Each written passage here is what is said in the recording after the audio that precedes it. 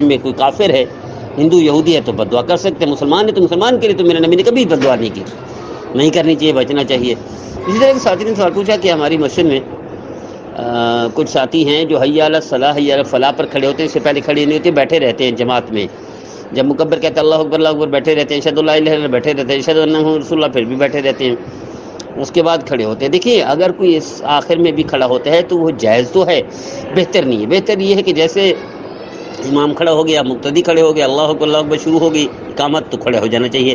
لیکن فرض کرے اگر کوئی بیٹھتا ہے تو اس کو مسئلہ نہ بنائیں، لڑائی نہ بنائیں، جھگڑا بنائیں، مناظرہ نہ کریں، نفرت نہ کریں، اس میں کوئی حرج نہیں۔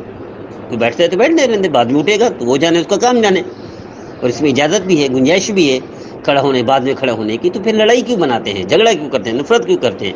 محبت سے کام لیں، نفرت سے کام نہ لیں، اور صلح سے کام لیں، افہام و تفہیم سے کام لیں، لڑائی جھگڑے سے کام نہ لیں۔ مجھے امید ہے میرے بھائی میرے بہنیں